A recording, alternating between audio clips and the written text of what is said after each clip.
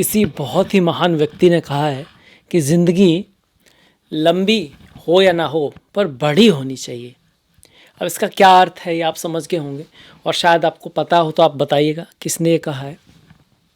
जो मुझे लगता है कि लाइफ में कुछ ना कुछ ऐसे काम होने चाहिए जिस पे आपको प्राउड फील हो सके और वो खासकर दूसरों के लिए हों, समाज के लिए भी हों, तो वो महत्वपूर्ण है। सिर्फ अपने लिए जीना भी क्या जीना, वो तो जानवर लोग भी जीते हैं, पर इंसान होने का अर्थ यही है कि कहीं ना कहीं हमारे जीवन का जो पर्पज है उसमें कुछ अलग होना चाहिए, बड़ा होना चाहिए, दूसरों के लिए होना चाहिए, समाज के लिए होना चाहिए। आपका क्या विचार है बताइएगा। मैं हूँ आपके साथ डॉक्टर दिलीप और मकर राशि के लिए बहुत ही बड़ा कुछ होने वाला है। 7.5 समाप्त होने वाली है पूरे 7.5 साल के बाद, तो बड़ी बात हो रही है। इसी वजह से महीना भी आपके लिए बहुत बड़ा है। बहुत बड़े बड़े चेंज आ रहे हैं, पूरी दुनिया में तो आ ही रहे हैं, आपके लिए स्पेशल आ रहे हैं। आपके तृतीय भाव में बहुत सारे ग्रह आएंगे जिनमें से जो अत्यधिक महत्वपूर्ण है वो शनि महाराज है। इसके साथ साथ यहाँ पर सूर्य भी आएंगे 14 तारीख को, शनि महाराज आएंगे 29 को, ऐसे तो महीने के अंत में, पर परिवर्तन इतना बड़ा है कि इसको बताना ज़रूरी है। इसके रिजल्ट के ऊपर भी बात करेंगे। साथ में मंगल का जो गोचर है ना वो आपके 6ठे भाव में रहेगा, मिथुन राशि में। गुरु आपके 5म भाव में चल रहे हैं, वृषभ राशि में। बुध, शुक्र और राहु ये आपके 3य भाव में हैं। इनमें से शुक्र महीने की शुरुआत से ही वक्री हो जाएंगे। बुध जो है महीने के मिडिल में 15 तारीख से वक्री हो जाएंगे, पर नीच के हैं, उनका नीच भंग हो रहा है। वही भाग्य के भाव में, लक के भाव में केतु चल रहे हैं। अब आ जाते हैं रिजल्ट के ऊपर। देखिए, रिजल्ट की बात करें तो शनि देव का ही गोचर सबसे महत्वपूर्ण है, क्योंकि आपकी तो राशि के स्वामी भी शनि है। और पिछले 7.5 साल से जो 7.5 ही चली है, ऐसा नहीं सबको दिक्कत आई है, पर बहुत लोगों को आई है। खासकर अगर शनि कमज़ोर हैं तो, चंद्रमा पीड़ित हैं तो, राहु केतु शनि आदि की दशा चल रही है तो उस केस में दिक्कत आई है, या सूर्य की दशा में भी दिक्कत आ सकती है। पर अब चीज़ें धीरे धीरे बदलेंगी, बदल रही हैं, समय ज़रूर लगेगा। वैसे भी मकर राशि वाले मेहनत, एफर्ट, हार्डवर्क और स्लोली ऊपर जाने वाले होते हैं, प्रैक्टिकल होते हैं लाइफ में, स्ट्रगल से डरते नहीं हैं, इसी कारण से ऊपर जाते भी हैं, जीत भी जाते हैं। पर बहुत लंबे स्ट्रगल के बाद अब शनि जो है कुछ देने जा रहे हैं आपको। आखिरी जो स्टेप था वो अक्सर थोड़ा बेटर होता है बीच वाले स्टेप से, पर अब जो चेंज होगा वो बड़ा चेंज होगा। अगर पिछले 2.5 साल आपने धन के मामले में काफ़ी कहीं ना कहीं दिक्कत आई है, पैसे के मामले में, फैमिली के मामले में, मातृभूमि या दोस्तों से कुछ ऐसे कड़वे अनुभव हुए हैं, लाइफ में कुछ ऐसे न्यूज़ आए जो जिन्होंने आपको थोड़ा बहुत दुख दिया, कि इनहेरिटेंस या ज़मीन को लेके कुछ चीज़ें अटकी हुई हैं, मिल नहीं रहा है, इस तरह की चीज़ें हुई हैं। और साथ में ही लाभ जो है वो कहीं ना कहीं रुक रहा है। कुछ पैसे हैं जो मिल सकते थे, आ सकते थे, पर फंसी हुई हैं चीज़ें, तो वहाँ पे सुधार होने वाला। ये सारी ही चीज़ें धीरे धीरे मार्च के महीने के बाद से, एंड में, महीने से ही कह सकते हो, पॉजिटिवली जो है जानी शुरू हो जाएंगी। किसके लिए? मकर राशि वालों के लिए, जिनका चंद्रमा मकर में है। लग्न वालों के लिए भी अच्छा ही है। ये 3य भाव में शनि का गोचर अति शुभ माना गया है। साथ में यहाँ पे राहु हैं, शुक्र हैं, बुध हैं, अब इन सब की भी बातें करेंगे, सूर्य भी आएंगे। तो ये लगभग सारे गोचर अच्छे हैं। सूर्य भी जो 14 तारीख तक आपके 2य भाव में शनि के साथ में है, तो धन का खर्चा दिखाते हैं, है ना, फालतू में कहीं खर्च होना दिखा सकते हैं। अष्टम भाव को देख रहे हैं, अष्टम का स्वामी धन में आएगा, तो अष्टम तो क्या है, ट्रांसफॉर्मेशन है, बदलाव है। तो धन के सोर्स में ट्रांसफॉर्मेशन, बदलाव, उतार चढ़ाव। परिवार में खाने का भी ध्यान रखना है। एक तो शनि यहाँ पे चल रहे हैं खाने के भाव में, ऊपर से सूर्य भी वहाँ पर है। वाणी का विशेष ध्यान रखना है। वाणी की वजह से, कम्युनिकेशन की वजह से मिसअंडरस्टैंडिंग का होना, ये सब चल रहा होगा शुरू में, पर अब जो सूर्य है वो बदलेंगे। पिछले महीने अगर आपके परिवार में वाणी की वजह से धन में कुछ उतार चढ़ाव रहे, तो 14 तारीख के बाद सूर्य भी यहाँ पर आकर इस कहीं ना कहीं 3य भाव जो पराक्रम का भाव है वहाँ आकर यात्रा, ट्रैवल या कोई प्रयास को दिखाते हैं जो आपके लिए पॉजिटिव हो, इस चीज़ को दिखा रहे हैं। बुध और शुक्र वक्री होंगे। वक्री होने को कोई बहुत ग्रेट तो नहीं कह रहे, पर 3य भाव में अगर वक्री हैं तो आपके की पुरानी चीज़ें के थ्रू आपको रिजल्ट आ सकता है। कोई ऐसा काम, पुरानी यात्रा, पुराना कोई आप कह सकते हो कोई भी काम है, रिप्रेजेंटेशन है, कोई ऐसी चीज़ जो पुराने समय से आप सोच रहे थे, तैयारी कर रहे थे, आगे नहीं बढ़ पा रही थी, नहीं हो रही थी, वो फिर से आ सकती है सामने और उसके थ्रू आपको कोई अच्छा रिजल्ट मिल सकता है। वहीं बुध की बात करोगे तो भाग्य के स्वामी है, है ना, भाग्य के स्वामी है, साथ में छठे भाव के स्वामी है। तो उनका वक्री होना ये तो नहीं कह रहा कि एकदम से इस महीने बहुत भाग्य तेज होने वाला है। इस महीने थोड़ा स्लो ही रहेगा, भाग्य में एफर्ट हार्डवर्क ज़्यादा लगेगा। पर हाँ, ये ज़रूर है, सीढ़ी थोड़ा उधर, रास्ता थोड़ा जो मोड़ ले रहा है ना, जिस तरफ जा रहा है, वो एक सुखद मोड़ ही है मकर वालों के लिए। बहुत दिनों बाद इस तरह की शुरुआत हो रही है। इस महीने कम्युनिकेशन का ध्यान रखना है बात करते वक्त, क्योंकि बुध कम्युनिकेशन है, भाग्य तो हैं, गुरु हैं, टीचर हैं, बड़े हैं, आपकी अथॉरिटी है, बॉस है, जिनका हमको रेस्पेक्ट करना चाहिए, वो उनके साथ रिश्तों को थोड़ा मधुर बना के रखना है। स्पिरिचुअलिटी, अध्यात्म, थोड़ा बहुत ध्यान करना, संतों की वाणी को सुनना, कहीं ना कहीं जितना आपकी लाइफ में थोड़ा बहुत फिलॉसफी रहेगी उतना ये केतु अच्छा रिजल्ट देंगे। जिसकी राशि में बुध बैठे हुए हैं तो चीज़ों को थोड़ा गहराई से देखने की आवश्यकता है। एक दूरदृष्टि से जितना आप काम लोगे उतना आपके लिए अच्छा होगा। अगर गुरु की दशा आपकी है तो फिर गोचर में गुरु अच्छे चल रहे हैं। किसी से मुलाकात का होना पिछले साल, लाइफ में किसी का आना, शिक्षा में कुछ अच्छा होना, संतान प्राप्ति का होना, शादी विवाह के लिए, लाभ होने के लिए, अगर चीज़ें आपकी थोड़ी बेटर चल रही हैं तो गुरु का या तो गोचर जो अच्छा तो है ही है, गुरु का कहीं ना कहीं आपका दशा अंतरदशा में कोई रोल मिलेगा, आप चेक कीजिएगा। या फिर ये जो गुरु हैं, हो सकता है आपके गुरु यहीं पर हो, उस केस में आपको संतान दे सकते हैं, लाइफ में किसी को ला सकते हैं, एजुकेशन पढ़ाई लिखाई में बहुत अच्छा कर सकते हैं। अब्रॉड जाना, विदेश जाके किसी रिसर्च के काम में या किसी डिटेल ओरिएंटेड काम में कुछ बहुत अच्छा करना, ये भी गुरु करा रहे हैं, करा सकते हैं, इस महीने भी है और करा भी रहे हैं। गुरु का गोचर आपके लिए अच्छा ही चल रहा है। अब शनि का भी हो गया तो आप ये कह सकते हो शनि को गुरु का सहारा मिल गया। जब दोनों चीज़ें पॉजिटिव होंगी तो बात क्या होगी। एक वृषभ राशि है जिसके लिए बहुत अच्छे चेंज हो रहे हैं, एक मकर राशि है क्योंकि इसकी 7.5 समाप्त हो रही है और अब जो ग्रहों का जो गोचर है वो एक अच्छाई की तरफ, एक बड़े रास्ते की तरफ, एक भव्य रास्ते की तरफ आप जा रहे हो। अगर आपकी कुंडली में दम है, उसमें राजयोग वगैरह हैं, अच्छी दशाएं महादशाएं चल रही हैं, तो इसमें कोई शक नहीं है कि मकर राशि अब इतिहास लिखेगी। मतलब बहुत सारे मकर राशि वालों की लाइफ में अब सक्सेस की यात्रा थोड़ी शुरू होगी बहुत दिनों बाद।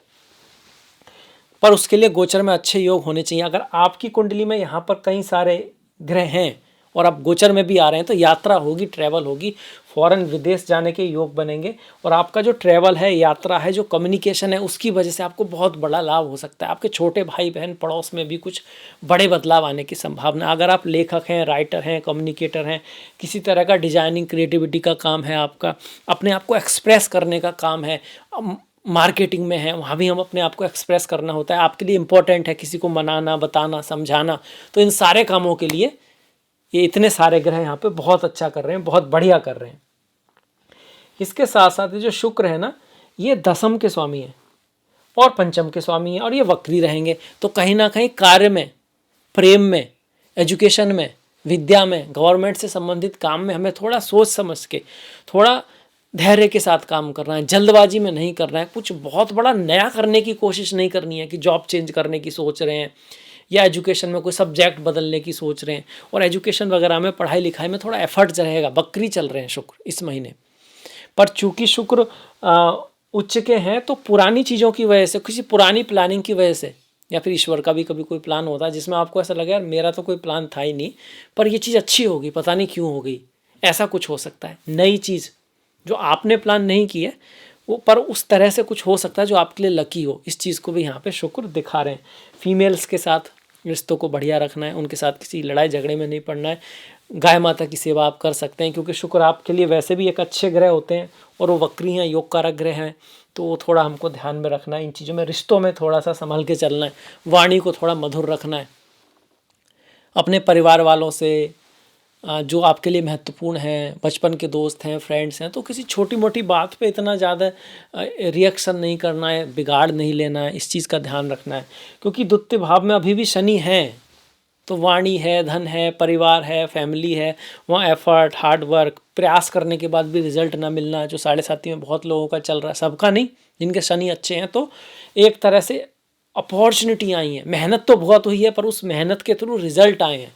अगर शनि अच्छे हैं, स्ट्रांग है, नवांश में, दशांश में शनि की डिग्निटी अच्छी है, उनको कोई बहुत बुरे ग्रह नहीं देख रहे बल्कि उल्टे अच्छा ग्रह देख रहे हैं, जैसे कि बुध देख रहे हैं या शुक्र देख रहे हैं, तो फिर 7.5 में अच्छा ही हुआ है। पर बहुत कम लोगों का ऐसा होता है ना। पर ज़्यादातर लोगों में अगर चंद्रमा खराब है, शनि की स्थिति बहुत बढ़िया नहीं है, राहु केतु की दशाएं हैं या मंगल से शनि पीड़ित है, तो उस केस में फिर एफर्ट हार्डवर्क बहुत हुआ है। ऐसा कुछ है तो बताइएगा ज़रूर। अब ये शनि क्या कर रहे हैं, जो किया है इन्होंने इसके बारे में बात की। अब तृतीय भाव में आएंगे तो पराक्रम कराएंगे, मेहनत कराएंगे, एक रास्ता दिखाएंगे, एक लक्ष्य दिखाएंगे, आपको कुछ दिखाई देगा कि ये चीज़ है, और अगर आप उस लक्ष्य की तरफ चल पड़ोगे, मेहनत करोगे, एफर्ट करोगे, तो आप उसको पा सकते हो। ऐसा ही कुछ मकर राशि के जीवन में होने वाला है। अब जब यहाँ से आएंगे तो 12वें भाव को देखेंगे। विदेश यात्रा का बहुत स्ट्रांग योग महीने के अंत में बनेगा आपका, और मई के बाद बहुत ही स्ट्रांग हो जाएगा। चेंज ऑफ प्लेस, किसी दूसरे स्टेट में जाना, इंटरनेशनल कोई आपका काम है, स्पिरिचुअलिटी अध्यात्म से जुड़ा हुआ आपका कोई बिजनेस है, ट्रैवल का काम है, किसी तरह का डॉक्यूमेंट्स का कुछ ऐसा काम है जो फॉरेन या विदेश या दूसरे स्टेट से जुड़ा हुआ है, इंपोर्ट एक्सपोर्ट का आपका कोई काम है, धर्म से संबंधित कोई स्पिरिचुअलिटी, अध्यात्म, दर्शन, फिलॉसफी से आपसे जुड़ा हुआ काम है, या लॉ से भी कहीं ना कहीं जुड़ा है, क्योंकि लॉ भी धर्म का आधार है ना, नियम, प्रकृति के नियम जो हैं, सनातन धर्म है ना, एक तरह के एटर्नल लॉस जो पूरी प्रकृति फॉलो करती है, उस तरह से। तो कहीं ना कहीं लॉ को भी से संबंधित जो लोग हैं उनकी लाइफ में, प्रोफेसर हैं, टीचर्स हैं, उनकी लाइफ में बड़े और अच्छे बदलाव आने की उम्मीदें यहाँ पे बहुत ज़्यादा हैं। इसके साथ साथ राहु, अब राहु की वजह से थोड़ा बॉस के साथ बना के रखनी है, टीचर्स के साथ बना के रखनी है। सूर्य पिता भी हैं, बॉस भी हैं, अपने से बड़े भी हैं, ऑथोरिटी हैं, तो कई बार हो जाता है ना, कहीं कुछ कह देते हैं, मुंह से कुछ निकल जाता है, गुस्सा आ जाता है, या फिर बॉस थोड़ा, अगर आपकी कुंडली में सूर्य और राहु का कॉम्बिनेशन है तो फिर थोड़ा संभल के रहने की आवश्यकता है। ज़्यादा दिन नहीं, मई तक इस तरह की स्थिति बनी हुई है। मई में फिर ये जो राहु है ना, ये बदल जाएंगे, ये आपके कुंभ में चले जाएंगे, और शनि जो हैं वो मीन में आ जाएंगे।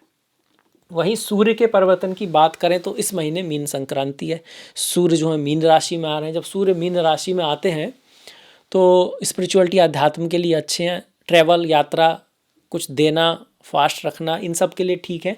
पर शादी विवाह से हम थोड़ा बचते हैं, ऐसा कुछ लोग इसको फॉलो करते हैं जब सूर्य मीन में होते हैं या धनु में होते हैं, है ना, इस तरह का माना जाता है। वैसे तृतीय भाव में सूर्य का आना अच्छा है, 3 भाव, छठा भाव, 10वां भाव, 11वें भाव में सूर्य का गोचर अच्छा माना गया है। शुक्र का गोचर भी तृतीय भाव में अच्छा ही है। बुध का थोड़ा सा है कि वाणी का थोड़ा ख्याल रखना है, कुछ पीछे पॉलिटिक्स होने का चांस है, आगे से कुछ और पीछे से कुछ और, इस तरह की चीज़ें रह सकती हैं, तो उसका हमको थोड़ा ध्यान अवश्य रखना है।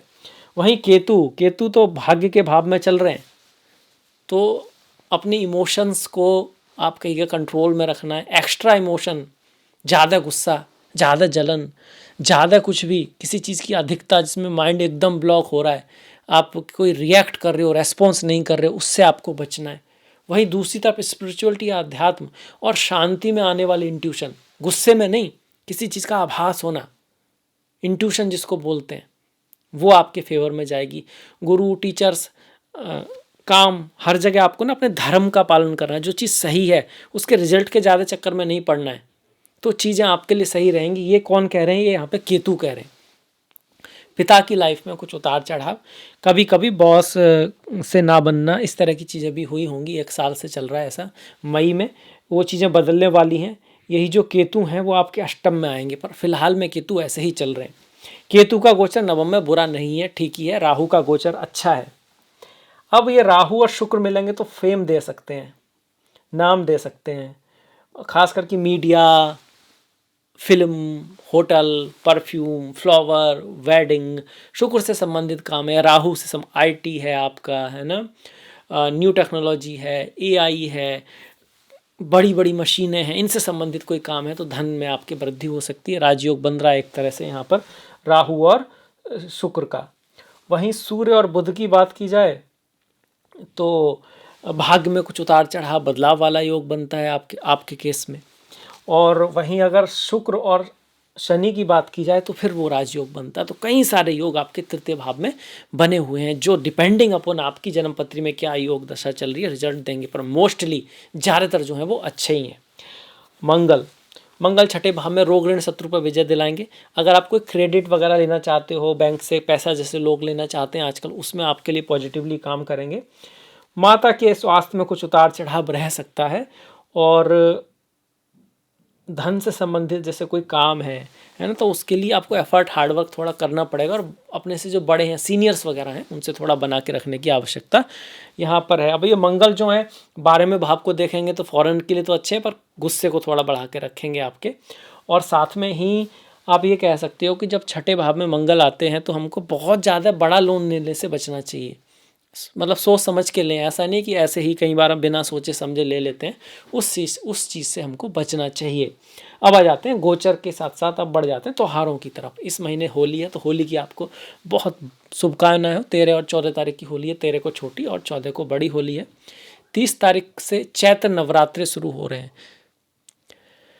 तो नवरात्रों की आपको शुभकामनाएं हो। 31 तारीख से छेती चंद जो त्यौहार है, झूलेलाल जो संत थे उनका, जो सिंधी लोग होते हैं उनके लिए बहुत महत्वपूर्ण त्यौहार है, तो उन सभी को बधाई हो। 30 तारीख को गुड़ी पड़वा भी है। वहीं 14 तारीख को फागुन पूर्णिमा है होली के दिन, और 30 तारीख की अमालिका एकादशी है। ओम नमो नारायणाय, ओम नमो भगवते वासुदेवाय। 25 तारीख को पाप मोचनी एकादशी है, और जो भगवान हरि विष्णु के भक्त हैं उनके लिए बहुत ही महत्वपूर्ण हो गई ये तिथि। 25 को पाप मोचनी है, और 11 और 27 का प्रदोष है। 27 को शिवरात्रि है, चिदानंद स्वरूपा शिवोहम शिवोहम। 17 की संकष्टी, 29 की अमावस्या है चैत्र की, और 14 तारीख की आपकी मीना संक्रांति है। सूर्य का जो परिवर्तन है वो मीन राशि में हो रहा है। मीन राशि एक नए युग के आरंभ को, या कह सकते हो एक पुरानी चीज़ की समाप्ति को दिखाती है और नए युग के आरंभ को दिखाती है। तो एक ट्रांजिशन वाला फेज पूरी दुनिया के लिए चल रहा है। बहुत बड़े बड़े बदलाव आने वाले हैं। दुनिया में जो देश सबसे ऊपर थे वो शायद हो सकता है धीरे धीरे नीचे जाएं, और कुछ नए देश उभर के आएँ। बहुत कुछ बड़ा बदलाव आप देखोगे, आप देख भी रहे हो दुनिया में, जैसे युद्ध वुद्ध चल रहे हैं। पहले कोरोना आया, जब से शनि महाराज मकर में आए तब से ही उन्होंने स्टार्ट कर दिया नए युग की। और अब ये एक तरह से डेट है आपकी 29 के बाद, कहीं ना कहीं बहुत ही तेज़ी से आपको परिवर्तन दुनिया में दिखाई देने वाले हैं। ये सारे परिवर्तन पर्टिकुलरली आपके लिए ज़्यादातर शुभ होंगे। इसी के साथ मैं वीडियो समाप्त करता हूँ। अब अगर आपको अच्छा लगा है तो लाइक ज़रूर कीजिएगा, कमेंट कीजिएगा, और अगर आपको ज्योतिष में रुचि है और पहली बार इस चैनल पर हैं तो सब्सक्राइब कर सकते हैं, घंटी वाला बटन दबा सकते हैं। आपसे मुलाकात होगी नेक्स्ट वीडियो में, तब तक के लिए नमस्कार, धन्यवाद।